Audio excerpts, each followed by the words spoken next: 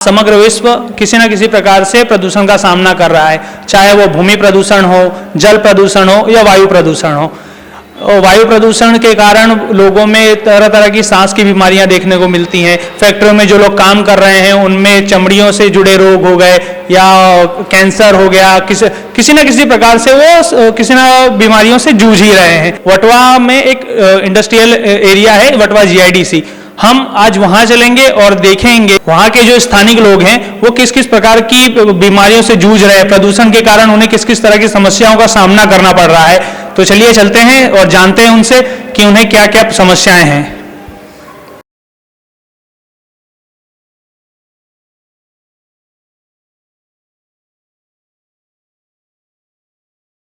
प्रदूषण जहाँ से फैल रहा है उसकी असली वजह, उसका हब कहें तो मैं आज आ चुका हूँ वटवा जीआईडीसी। ये अभी अहमदाबाद की सबसे बड़ी जीआईडीसी है।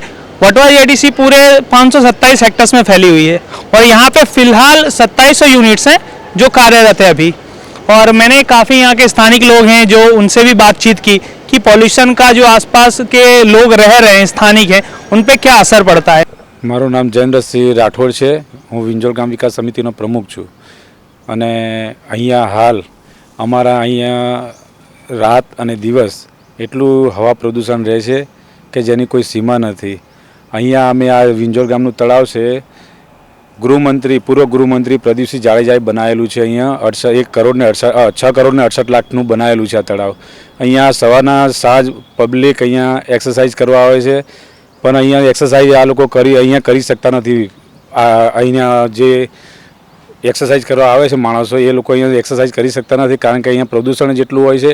जे अहीं खर्च करेलो छे 6 करोड़ 68 लाख ए पाणी में जतो रह्यो एवुं लागे छे, कारण के जीआईडीसी मांथी हवा प्रदूषण एटलुं होय छे के जेनी सीओडी में जे वधारे सीओडी वाळा पाणी आ लोको बाळता होय छे अने ए खरेखर एटली खतरनाक स्मेल आवती होय छे, जेना कारणे अमारा फेफसा आंतरडामां नसो बधी ब्लॉक थई जाए, स्मेल आवी, बाळकोने एटली बधी शरदी अने खांसीना बधा रोग पण थाय छे।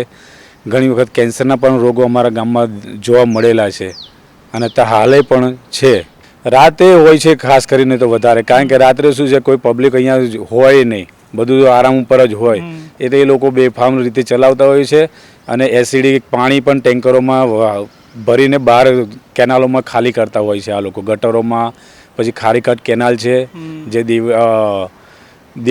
દેવડી બાજુ છે ને એ બાજુ બધા ખાલી કરતા હોય છે। અને અત્યારે જે અહીંયાનું કેમિકલ વાળું પાણી જે છોડતા હોય લોકો, તો એનાથી ભૂગર્ભ જળ છે એને તો નુકસાન થતું હશે કાફી। ઘણું થાય છે। હમણાં જ અમારા કુટુંબના જ ભાઈ છે, એમને એક બોર બનાવડાયો હતો તો એ પણ બોર ફેલ થઈ ગઈ, એ વરસે નથી ચાલ્યો।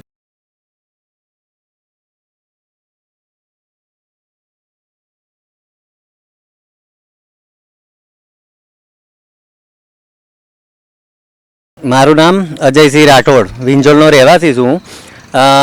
અહીં આગળ કેમિકલનું પ્રદૂષણ એટલું બધું છે। ધાબા ઉપર આપણે આમ પાણી રેડીએ ને, વ્હાઇટ ટાઇલ્સ હોય એની ઉપર ધાબા ઉપર, તેમાં લાલ, લીલો, પીળો, કેસરી સફેદ બધી જાતના કલર નીકળ્યા। આ સ્પ્રે ડ્રાયરના લીધે, સ્પ્રે ડ્રાયરની પરમિશન જીપીસીબી આપે છે, પણ આજુબાજુવાળાનું કોઈ વિચારતી નહીં કે પરમિશન આપી દીધી ખરી અમે, પણ આજુબાજુનું તો વિચારવું જોઈએ ને એમને। આવીને ચેક કરો, રેસિડન્ટ એરિયા છે, વ્હાઇટ ટાઇલ્સ છે મારા ધાબા ઉપર, હું લઈ જઈને બતાવું તમને એવું હોય તો। આમ કરીને પાણી રેડો ને તમે એટલે બધી જ જાતના કલર નીકળ્યા। રાત્રે કપડાં સૂકવી રાખ્યા હોય, સવારમાં એની ઉપર ઝાકર પડે ને તો એની ઉપર એ કલર ડસ્ટિંગ થયું હોય, એટલું બધું ડસ્ટિંગ છે હદ વગરનું। આજથી 3 દિવસ પહેલાં જ મેં ધાબુ ધોયું હતું તો એ ધાબામાં બ્લુ કલર આવતો હતો, નકરો બ્લુ કલર। હવે આજે ફરી મેં પાણી રેડ્યું ને, થોડું ઢર્યું ને ધાબા ઉપર, તો આજે બ્લુ, લીલો, લાલ બધી જાતના કલર નીકળ્યા છે।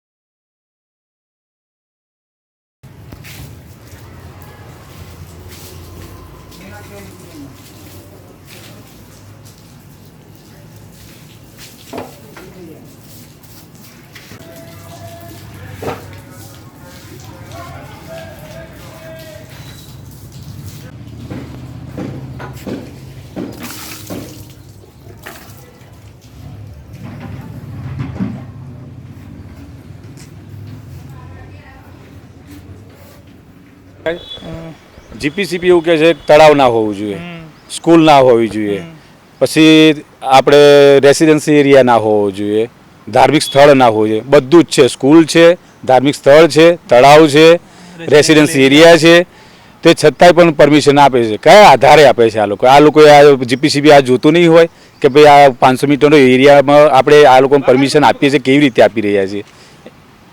બસ આ બધું આજુબાજુવાળાના રેસિડેન્સ કે જે ભાઈ છે એ લોકોને પૂછો તો ખરા કે ભાઈ અહીંયા આ જગ્યા બને છે બરાબર, આ સ્પ્રેડાની પરમિશન આપીએ છીએ तो પછી આપણે કે પબ્લિકનું તો વિચારવું જોઈએ કે નહીં વિચારવું જોઈએ લોકોએ. हमने जिस प्रकार से अभी जाना कि स्थानिक लोगों को किस किस तरह की समस्याओं का सामना करना पड़ रहा है, उनमें किस किस तरह की बीमारियां देखने मिल रही हैं उन्हें, जैसे फेफड़ों से संबंधी बीमारी हो गई, उनमें लंग कैंसर हो गया या आंतों से समस्या हुई, इस प्रकार की बीमारी. अब यही बात हम यहाँ के डॉक्टर, स्थानिक डॉक्टर हैं जो उनसे जानेंगे कि जो इंडस्ट्री में या फैक्ट्रियों में लोग काम कर रहे हैं उनमें किस तरह की बीमारियां देखने को मिल रही हैं. Doctor Deepak Ojha, working in वटवा last 15 years. 15 साल से मैं देख रहा हूँ कि यहाँ पे काफ़ी पेशेंट ऐसे हैं जो जीआईडीसी में वर्क करते हैं और लंबे समय से उन लोगों में हार्ट से रिलेटेड काफ़ी बीमारी देखने को मिल रही है, जैसे अस्थमेटिक ब्रोंकाइटिस, सीओपीडी है, स्किन रिलेटेड काफ़ी बीमारी देखने को मिल रही है. कितने पेशेंट ऐसे हैं जिनमें जीआईडीसी जो पोल्यूटेड पानी है जो यूज़ होता है, काफ़ी पानी वाटर लेवल नीचे जाने की वजह से जो पानी पोल्यूटेड हुआ है उसकी वजह से भी काफ़ी बीमारी देखने को मिल रही है, जैसे लंग कैंसर है, लीवर का कैंसर है, ऐसे काफ़ी बीमारी देखने को मिल रही है. तो अभी जो फिलहाल में ऐसा कोई केस आया आपके पास? हाँ, रिसेंटली काफ़ी पेशेंट ऐसे हैं जो फैक्ट्री में वर्क कर रहे हैं, उनको अस्थमेटिक ब्रोंकाइटिस खास वो ज़्यादा देखने को मिलता है. पेशेंट नॉर्मली दूसरी जगह होगा विदाउट जीआईडीसी एरिया के सिवा, वहाँ पे उसको कोई प्रॉब्लम नहीं होती, पर जैसे ही वो फैक्ट्री में वर्क करने जाता है उसे इनहेलेशन होता है, गैस अंदर जाती है, उसे उसको सांस लेने में तकलीफ और ऐसे बीमारियाँ चालू हो जाती है. यही वस्तु जब लॉन्ग टर्म तक चलती है तो पेशेंट सीओपीडी में कन्वर्ट हो जाता है और आगे जाके लंग कैंसर वो सब डेवलप हो सकता है उसको. तो इससे कुछ बचने के लिए आपको ऐसा उनको के लिए मैन प्रॉब्लम उनको मास्क है प्रॉपर, उनको मास्क दिया जाए, गाइड किया जाए किस तरह से आपको बचना है. और दूसरा चले लास्ट तो यही हो सकता है कि जीआईडीसी जो पोल्यूटेड फैक्ट्री है उसको आउट ऑफ सिटी किया जाए. काफ़ी पेशेंट बोलते हैं कि सर हम गाँव जाते हैं तो हमको कोई प्रॉब्लम नहीं होता है, यहाँ पे आते हैं फैक्ट्री में आते हैं तो हमको सांस कर लेने का तकलीफ ये सब चालू हो जाता है, फिर ट्रीटमेंट लेते हैं फिर सही हो जाता है. मतलब रिकरेंट वो वस्तु चलती रहती है उनके साथ. और जैसा अभी बच्चे आते हैं आपके पास में भी, उनसे उनको भी कोई ऐसी बीमारी भी अभी अस्थमेटिक बच्चों में अस्थमा की तकलीफ बढ़ती जा रही है. मेन प्रॉब्लम पॉल्यूशन और उसकी वजह से ज़्यादा हो रहा है बच्चों में भी. उनकी आई साइड भी शायद साइड वीक होती है, वीक होने लगती है. मेंटली और फिजिकली ग्रोथ इतना नहीं हो पाता जितना चाहिए नॉर्मल बच्चे से. तो कभी दूसरे एरिया के हिसाब से यहाँ पे ग्रोथ थोड़ा कम रहता है उनके बच्चों का. और पॉल्यूशन से कोई ऐसा बीमारी होती है जो अनुवांशिक हो सकती है, पर अभी ध्यान में कोई ऐसा आया नहीं है कि जो अनुवांशिक डेवलप हो रहा हो. पर वो सब क्या रेडिएशन वाले में वो सब में हो सकता है, जिसमें कोई रेडिएशन होता हो तो अनुवांशिक में जा सकता है, बाकी तो चांसेस कम रहते हैं. अभी स्वच्छ भारत अभियान जिस तरह से देश में, समग्र देश में चलाया जा रहा है, स्वच्छ भारत अभियान से सिर्फ यही नहीं मतलब है कि आप अपने घर का कचरा या कूड़ा एक जगह रखें. स्वच्छता का मतलब है कि आप अपने आसपास के पर्यावरण को भी शुद्ध रखें और जो स्थानिक लोग रह रहे हैं उन्हें किस प्रकार की हानि ना हो इसका भी ध्यान रखना चाहिए हमें. जो स्थानिक बोर्ड है या प्रदूषण कंट्रोल बोर्ड है उसे भी यहाँ के आसपास के नागरिकों की फरियाद सुननी चाहिए और जानना चाहिए कि क्या वायु जो जिस प्रकार का प्रदूषण फैल रहा है उससे जो हानि हो रही है लोगों को, उसके ऊपर एक ध्यान केंद्रित करना चाहिए. कैमरामैन यश के साथ मैं पवन द्विवेदी.